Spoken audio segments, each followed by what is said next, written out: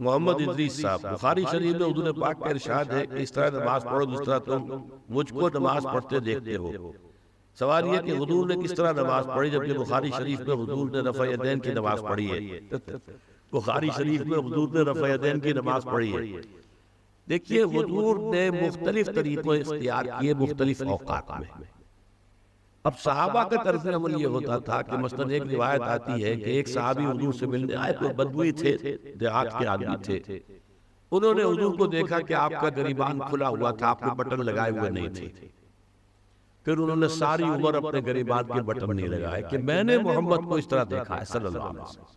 اب یہ ان کا جذبہ ہے، ان کی نیکی ہے، اتباع کا جذبہ ہے۔ یا ایک سفر میں کسی کو دیکھا، کسی نے دیکھا کہ حضور ایک درخت کے نیچے سے ہو کر گزرے، اب وہ جب بھی جاتے تھے وہ درخت اس کے نیچے سے ہو کر گزرتے تھے، چاہے اس کی کوئی مقصد نہیں، لیکن یہ بھی اتباع کا جذبہ۔ تو اس میں یہ ہے کہ نماز کی بعض چیزیں ایسی ہیں کہ جن میں معلوم ہوتا ہے کہ حضور کچھ اس میں رد و بدل کرتے رہے۔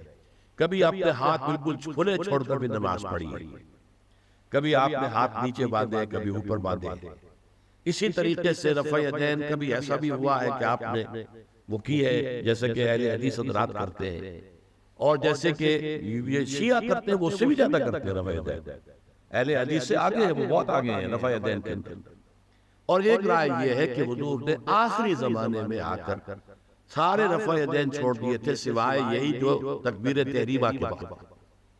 اب یہ روایات، اب یہ بحث ہو جائے گی علمی، کس روایت کا کیا مقام ہے، کس کی کیا حیثیت ہے۔ بخاری شریف میں جو روایت ہے وہ یہی ہے رفع یدین کی، جو آپ صحیح کہہ رہے ہیں، لیکن یہ کہ بخاری شریف واحد کتاب تو نہیں ہے حدیث کی، مصنف عبد الرزاق ایک کتاب ہے، اور اسی طریقے سے اور اس میں یہ کہ امام مالک کے پیروکار، حالانکہ امام مالک مدینے کے دارالہجرہ کے امام ہیں، وہ رفع یدین نہیں کرتے، امام شافعی کے کرتے ہیں، امام مالک کے نہیں کرتے، امام ابو حنیفہ کے نہیں کرتے۔ تو ان چیزوں میں بہت زیادہ پریشان ہونے کی ضرورت نہیں ہے۔ اصل جو معجزہ ہے حضور کا اور اسلام کا وہ یہ ہے کہ 1400 برس گزر گئے لیکن نماز کے ضمن میں اتنا اختلاف نہیں ہے کہ تمام مسلمان باجماعت نماز نہ پڑھ سکے۔ دیکھیے رفع یدین کرنے میں جماعت تھی نہیں، آپ نے کیا یا نہیں کیا، جماعت کی فارمیشن برقرار رہی۔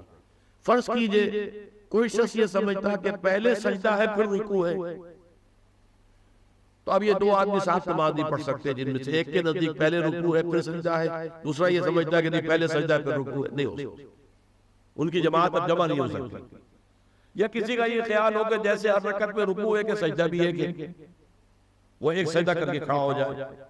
اب ظاہر بات ہے دوسرا شخص جس کے نزدیک دو سجدے وہ ایک اور سجدہ کرے گا، پرمیشن ٹوٹ گئی، اب وہ ساتھ نماز نہیں پڑھ سکتے۔ 1400 برس بیت گئے، مشرق بعید سے مغرب بعید، پوری دنیا، آج تو کوئی کونا ہے ہی نہیں جہاں مسلمان نہ ہو، لیکن جو سولن مسلمان جو ہے وہ تو آپ سمجھئے کہ انڈونیشیا سے لے کر موریتانیہ تک تو مسلمانوں کی کتنی بڑی تعداد، لیکن کہیں ایسا نہیں ہے کہ آپ کی فارمیشن ٹوٹی ہو۔ کوئی ایسا مسلک نہیں ہے جس میں یہ خیال ہو کہ مغرب کی رکعت میں 2 ہے جیسے فجر کی ہے، نہیں وہی 3 رکعتیں ہیں۔ کوئی ایسا مسلک نہیں جس میں یہ معلوم ہو کہ فجر کی رکعتیں 3 ہیں 2 نہیں ہے، کوئی نہیں۔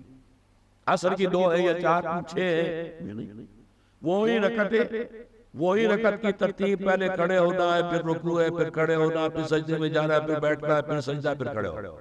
فارمیشن نہیں ٹوٹتی، شیعہ ہو سنی ہو، اور اس میں حنفی ہو مالکی ہو شافعی ہو حنبلی ہو زیدی ہو ظاہریہ ہو، کوئی بھی ہو، کسے باشد تمام مسلمان مل کر جماعت سے نماز ادا کریں گے اور ان کی جماعت ٹوٹتی نہیں۔ یہ ہے جس کو ہمیں سمجھنا چاہیے۔ یہ کیوں ہے؟ صلو کما رأیتمونی اصلی، کہ حضور کی کو جس طرح دیکھا صحابہ نے نماز پڑھتے ہوئے ویسے نماز پڑھ رہے، صحابہ نے ویسے نماز پڑھی، پھر آپ کے بعد تابعین نے اسی طریقے سے نماز پڑھی، پھر اس کے بعد تابعین نے پڑھی، نسل بعد نسل متقین ہو رہا۔ آپ کے تھوڑا اختلاف اگر ہے تو اس کے لیے زیادہ پریشان نہیں ہونا چاہیے۔